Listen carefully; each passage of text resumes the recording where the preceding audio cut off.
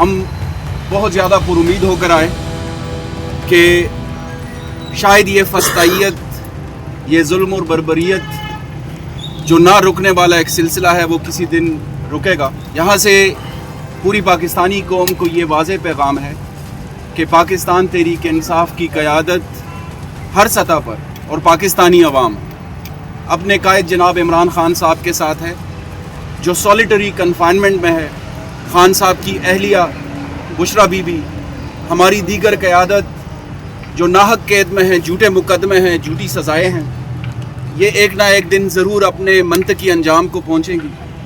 8 فروری کو پاکستان تحریک انصاف کا مینڈیٹ جو 2/3 تھا، اس کے اوپر ڈاکہ ڈلا، ہمارے بنیادی حقوق سلب کیے جا رہے ہیں۔ اس سب کے باوجود پاکستان تحریک انصاف کے کارکن اور قیادت آئین اور قانون کا دامن ہاتھ سے نہیں جانے دے رہے۔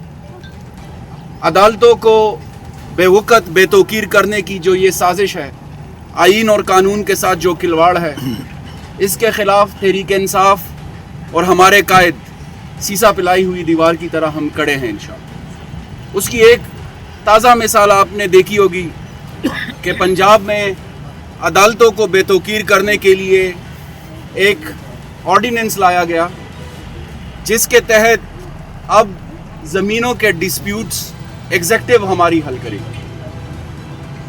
اس کے خلاف پاکستان تحریک انصاف نے آواز بھی بلند کی اور عدالتوں سے سٹے بھی آ گیا۔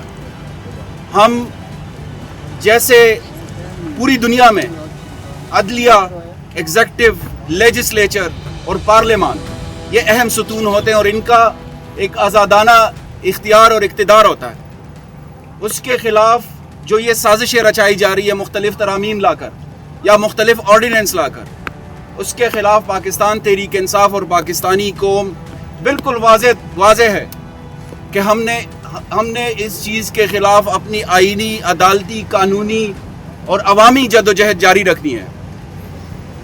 خان صاحب سولیٹری کنفائنمنٹ میں ہے، ان کی اہلیہ ہے، اور یہ ظلم اور جبر کی جو روش چلی ہے اس کی ایک مثال آپ نے یہ بھی دیکھ لی کہ خان صاحب کے گھر سے ایک لیٹر آیا کہ خان صاحب کو گرمیوں کے کپڑے، گرمیوں کے لحاف، سردیوں کے کپڑے اور سردیوں کے لحاف بھی نہیں دیے جا رہے۔ یہ میرے خیال سے دنیا میں کہیں بھی سیاسی قیدیوں کے ساتھ نہیں ہوتا۔ اس کی بھی ہم بھرپور مذمت کرتے ہیں، اور آپ نے یونائٹڈ نیشن ہیومن رائٹس کی وہ رپورٹ بھی ابھی ریسنٹلی پڑھی ہوگی، جس میں خان صاحب کی اہلیہ کے بارے میں بھی کہا گیا کہ ان کو مینٹل ٹارچر کیا جا رہا ہے۔ اس کی بھی ہم بھرپور مذمت کرتے ہیں۔ یہ جو ہماری جدوجہد ہے، اس میں خواہ وہ تحریک انصاف کی قیادت ہو یا تحریک تحفظ آئین پاکستان کی ہو، اس کے پیچھے پوری قوم کھڑی ہے۔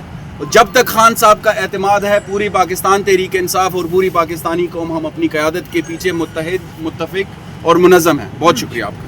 ایم این اے صاحب بات کرنا۔ جس طرح آپ کو پتہ ہے کہ ایک دفعہ فارم 47 کی وزیر اعظم نے ہمیں دعوت دی مذاکرات کی، 2-3 دفعہ رانا ثناء اللہ نے دعوت دی۔ اس دفعہ چند دن پہلے فارم 47 کے وزیر اعظم نے دوبارہ دعوت دی کہ آئیے آپ مذاکرات کریں۔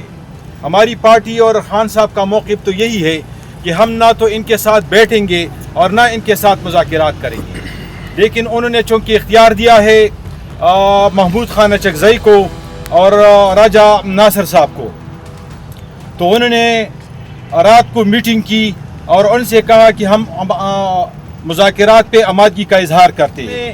جس طرح انہوں نے تمام ادارے اور تمام ملک کو تباہ کیا ہے، آج اگر آپ دیکھ لیں انہوں نے پی آئی اے کو زندہ کوڑے کے داموں پہ بیچا۔ اگر آپ دیکھ لیں مہنگائی کو، آپ دیکھ لیں فاٹا کے حالات ان کے ہاتھ سے نکل رہے ہیں، کے پی کے حالات ان کے ہاتھ سے نکل رہے، بلوچستان ان کے ہاتھ سے نکل رہا ہے، تمام ملک کے جو مہنگائی کے حالات ہیں، تو میرے خیال میں ملک ان کے ہاتھ سے نکل رہا ہے، کیونکہ ان کے ساتھ مینڈیٹ نہیں ہے۔ مینڈیٹ جن لوگوں کے ساتھ ہے وہ تو یا تو جیلوں میں پڑے ہیں یا ان کی ساتھ ملاقات نہیں ہو رہی ہے۔ اگر آپ دیکھتے ہیں، اگر نواز شریف جیل میں تھا تو ان کے ساتھ 60 اور 70 بندوں کی ملاقات ہوتی تھی، اور اس میں یہ نہیں دیکھا جاتا تھا کہ آج چھٹی کے دن ہے، آج رات ہے، جس وقت بھی جس کا بھی جی چاہتا تھا تو ان سے ملنا کوئی مشکل بات نہیں تھی۔ تو میرے خیال میں یہ اگر سمجھتے ہیں کہ ان 200 और इन धमकियों से पाकिस्तान तहरीक इंसाफ के वर्कर डर जाएंगे या इनकी बहनें पीछे हटेगी, तो मेरे ख्याल में ये इनका ख्वाब है। हम अडियाला जेल आते रहेंगे जब तक अपने लीडर को रिहा नहीं करेंगे। इंशाल्लाह उस वक्त तक हमारी जद्दोजहद जारी रहेगी। शुक्रिया। 9 मई के बाद मुश्किल वक्त था पीटीआई पे और वो छोड़ के चले गए। बेसिकली आप लोगों को सारों को पता है, मैं नाम लेने की ज़रूरत नहीं है, जो कराची से हैं, जेलम से हैं, कहीं से हैं, पीटीआई के साथ उनका कोई वास्ता नहीं है। और अलीमा बीबी उन लोगों को आइडेंटिफाई कर रही हैं कि हम लोगों का इन लोगों के डायलॉग के साथ कोई वास्ता नहीं है। जो भी डायलॉग होंगे वो तहरीक तहफ़्फ़ुज़ आईन पाकिस्तान के तहत होंगे, वो महमूद खान अचकज़ई साहब करेंगे, वो गौहर अली खान साहब करेंगे, और वो अल्लामा राजा नासिर अब्बास साहब, असद कैसर साहब, ये इन लोगों की एक टीम है, 4 लोगों की। ये लोग मुज़ाकरात को लेकर आगे चलेंगे। जो लोग फिर रहे हैं उन लोगों का पीटीआई कोई वास्ता नहीं है और उनका मुज़ाकरात से कोई वास्ता नहीं है। अच्छा सर, ये बताइए कि जब ये मुज़ाकरात की बात की जाती है तो एक्स पे आपका ट्विटर एक्टिव हो जाता है, वहाँ पर अदारों पे बुरा भला कहना शुरू कर दिया। दूसरा ये भी बता दें कि जो केपीके में इलेक्शन हुए थे वो फेयर हुए थे कि वहाँ पर भी धांधली हुई थी, वहाँ पर 47 के भी कोई। ऑब्वियसली देखिए मेरी बात सुने, मैं ज़रा फॉर्म 47 की बात करूं। पेशावर में 8 सूबाई हलकों पर, 1 कौमी हलके पर बदतरीन धांधली हुई, और उसकी आपने रिपोर्ट्स भी देखी। फॉर्म 45 भी हमने आप सबको दिखा दी है। पेशावर में जो धांधली हुई थी उसको लीड किया था उस वक्त के डीआरओ और अभी के MD performance management reforms and reforms unit के चेयरमैन आफाक वज़ीर ने, और उसके साथ 8 आरओस थे, 1 एडीसी थी उनके साथ। वो उन्होंने लीड किया उस ऑपरेशन को 8 और 9 फरवरी की रात पर। और पूरे पेशावर में ही नहीं, पूरे खैबर पख्तूनख्वा में करप्शन की, नोटों की, रेल पेल की बातें फिर रही है, एलिगेशंस हैं। हम सब लोग पेशावर के 8 एमपीएस के कैंडिडेट्स और 1 एमएनए के कैंडिडेट, हम सब लोग अभी भी इलेक्शन ट्रिब्यूनल में हैं। तकरीबन 700 दिन हो चुके हैं, हम अपनी सुनवाई के मुंतज़िर हैं। हाँ जी बताएं। जी आप भट्टी साहब करें आप जी। एक्स जो मैंने कहा था कि एक्स पे आपका पॉइंट अभी तो बिल्कुल वाज़ेह है कि खान साहब ने जो इख्तियार दिया है महमूद खान अचकज़ई साहब को, अल्लामा राजा नासिर अब्बास साहब को, मुस्तफ़ा नवाज़ कोकर है, तहरीक तहफ़्फ़ुज़ आईन पाकिस्तान के पास इख्तियार है। पाकिस्तान तहरीक इंसाफ जो है उनका भी, हमारा भी सबका इख्तियार है उनके पास। जो फैसला होगा मुज़ाकरात के हवाले से हम उनको मनोअन तस्लीम करेंगे। आखिर में ये बता दें, कमरान बंगल साहब एक चीज, पार्टी के कायद तो अभी शायद लगता है कि उनको लंबी सजाएं हुई हैं और अभी कोई सुलह भी नहीं हो रही। आप लोग क्या समझते हैं कि पार्टी की क़यादत अब किसके पास होनी चाहिए, क्योंकि जो इस वक्त पार्टी की क़यादत है वो मौसर साबित नहीं हो रही।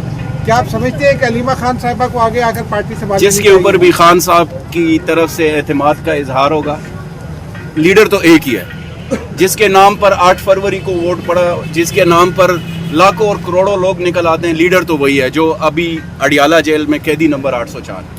उनका जिनके ऊपर एतमाद होगा, पाकिस्तान तहरीक इंसाफ का हर कारकुन, हर लीडर और पाकिस्तानी अवाम का सर तस्लीम खाम होगा। आखिर में ये कमरान बंगल साहब एक बार बार आप कहते हैं कि मुज़ाकरात के लिए जो बनाएंगे, ये 3 नाम आप बोलते हैं, महमूद खान अचकज़ई हैं, अल्लामा नासिर अब्बास हैं, इसी तरह अभी नवाज़ कोकर का नाम भी आपने लिया है। लेकिन दूसरी जानिब फवाद चौधरी का जो ग्रुप है वो कहते हैं इनके हाथ में कुछ नहीं है, ये मुलाकात करेंगे भी तो कोई फ़ायदा नहीं है, क्योंकि खान साहब को ये नहीं जानते, खान साहब इन्हें नहीं जानते, और हम जो है खान साहब को मना लेंगे। ये क्या बहुत ज़्यादा काबिल एहतराम है मेरे लिए फवाद चौधरी साहब भी, असद उमर साहब भी, और जो लोग भी 9 मई के बाद पार्टी छोड़कर गए थे, वो एज ए ह्यूमन बीइंग हमारे कोलीग्स रह चुके हैं, हमारे साथ इकट्ठे सफ़र किया उन्होंने।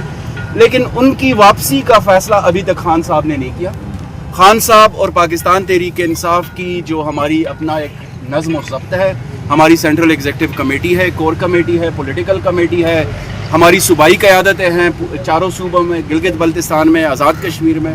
खान साहब मुशावरत पर और खान साहब कंसल्टेशन पर यकीन रखते हैं। खान साहब का जो फ़ैसला होगा वो मुशावरत से होगा, और अगर इनकी वापसी मुमकिन हुई तो पाकिस्तान तहरीक इंसाफ के कारकुन और पाकिस्तान तहरीक इंसाफ की लीडरशिप उसके बारे में जवाब देगा।